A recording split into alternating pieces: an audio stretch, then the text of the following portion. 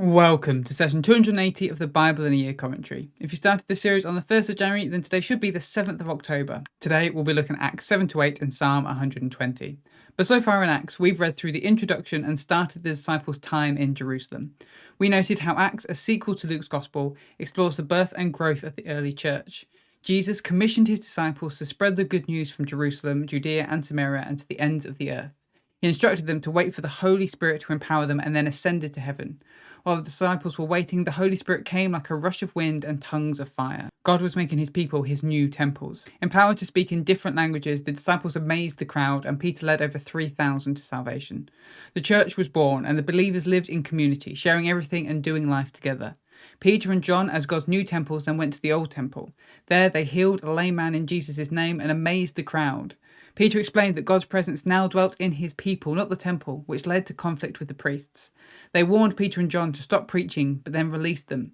The believers then came together to pray, not for their problems to be removed, but for boldness. They also began sharing their possessions to ensure everyone had enough. At the same time, a couple called Ananias and Sapphira lied to make themselves appear more generous than they were. The Holy Spirit struck them down for contaminating what the community was turning into.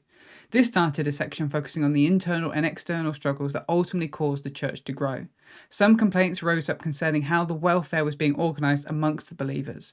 Realising they didn't have time to lead and manage the people, the apostles chose 7 men to take the responsibilities of managing the day-to-day organising of the believers. This caused the church to grow more.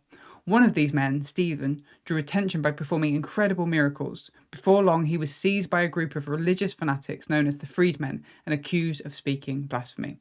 But let's jump into today's reading, Acts 7 to 8. Stephen responds to these accusations by talking through the history of the Jews. First, God called Abraham and promised him the very land that they are standing on now. But God warns Abraham that it will be his descendants that inherit this land, and only after they have been oppressed by foreign nations for 400 years. Then, God will rescue Abraham's descendants and lead them to this promised land. God seals this promise with a sign, circumcision, and Abraham passes this down to his son Isaac, who passes it down to his son Jacob, who passes it down to his 12 sons, the head of the 12 tribes. Some of the brothers turn on Joseph, even though God was with him. They rejected him and sold him into slavery. But God used this as an opportunity to lift Joseph up, giving him wisdom and authority over all of Egypt. And so the family moved to Egypt. Fast forward 400 years and the Israelites are now oppressed in Egypt. During this time, Moses is born, who is favoured by God and filled with wisdom and might. Out one day, he sees his people being oppressed and kills the Egyptian oppressing them. But his own people rejected him and so he fled. 40 years later, God comes to him in a burning bush and sends him back to Egypt to rescue his people. So the one whom they'd rejected had come and saved them out of Egypt. Now in the wilderness, they continue to reject Moses, preferring the oppression they had in Egypt. During that time, God's presence lived in a tabernacle that followed them around. And then, much later on, Solomon built a temple for God to live in. But despite this, the people recognize that God's presence isn't limited to a tent or a temple. Now, you may think this is a strange way to respond to his accusers, but what Stephen has done here is brilliant. He has established a pattern in the Jews' own history of an individual being raised up by God, full of wisdom and power, and being rejected by his own people. They did it to Joseph, and they did it to Moses.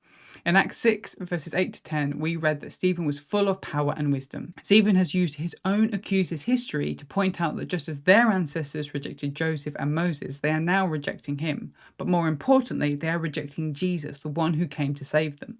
God's presence doesn't live in a temple and in rituals, as these freedmen would believe. It exists in the body of Jesus and in all of his followers. The crowd is immediately enraged. They grab Stephen and they have him stoned. As Stephen is going down, he sees Jesus in heaven and asks him to forgive his attackers for their sins. It's an incredibly moving scene. Watching all of this is a man named Saul, who begins to persecute the church. This persecution causes the believers to scatter throughout the region of Judea and Samaria, taking their faith with them. While these people have tried to crush the believers, instead they've spread them. This leads us to the next section of the book as the Christian faith moves into Judea and Samaria. We see this through 2 key examples. The first demonstrates God's divine power. One of the 7 chosen to help the apostles, Philip, goes to Samaria proclaiming Jesus and performing many miracles. Many are saved, including a man named Simon who practiced magic. Hearing about this group in Samaria, the apostles send John and Peter to make sure they are baptized in the Holy Spirit. Seeing people filled with the Holy Spirit, Simon tries to buy this power. He's not yet fully grasped that this is a gift from God and is not to be bought. and Peter quickly rebukes him. Realizing the error of his ways, Simon repents. The point is that the power of Jesus Christ is greater and so far removed from anything that his magic could offer. The second demonstration is God's divine will. Philip is woken up by an angel and told to travel south. On the way, he encounters an Ethiopian and the Holy Spirit tells Philip to go speak to him. Drawing close, Philip sees the Ethiopian struggling with a passage in Isaiah. It's Isaiah 53 verse 7 to 8. Philip is able to explain to him that this passage was talking about Jesus and helps the Ethiopian be baptized. Philip is then immediately teleported away to a place named Azotus, where he continues preaching. The Ethiopian goes on rejoicing in his newfound faith in Jesus, and despite all of this opposition, the church continues to grow. But that is Acts 7 to 8. Now let's look at Psalm 120. This psalm isn't attributed to anyone in particular and is named as a psalm of ascent. These psalms were sung by worshippers as they ascended to Jerusalem for the 3 pilgrimage festivals, Passover, Festival of Weeks, and Festival of Tabernacles, or possibly by the Levites as they ascended the steps of the temple. Psalms 120 to 134 are all psalms of ascent. Interestingly, this first psalm of ascent is also a lament. Here is the summary of the structure, but I would recommend checking out the written version of this commentary in the description to see the structure properly for yourself. But we start with verses 1 to 2, I cried to the Lord in distress. Verses 3 to 4, what do the deceitful deserve? And then verses 5 to 7, I am far from God and seek his peace. The psalmist opens with a cry to the Lord. They ask the Lord to deliver them because they are surrounded by deceitful people. The psalmist then thinks upon those who are deceitful and what they deserve. They deserve to feel the sharp end of an arrow or the hot end of some burning coals. Meanwhile, the psalmist is far away from Israel. They are living in Meshech, that's Asia Minor or modern-day Turkey. It's unlikely that they are actually living in Meshech. As the first of the ascent psalms, the speaker starts off figuratively far away from Jerusalem and progressively gets closer.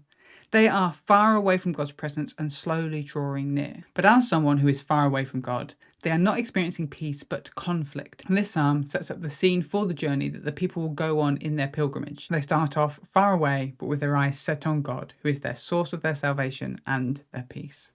Thanks for joining us today. Take a moment to reflect on what you've read and share your thoughts or questions below.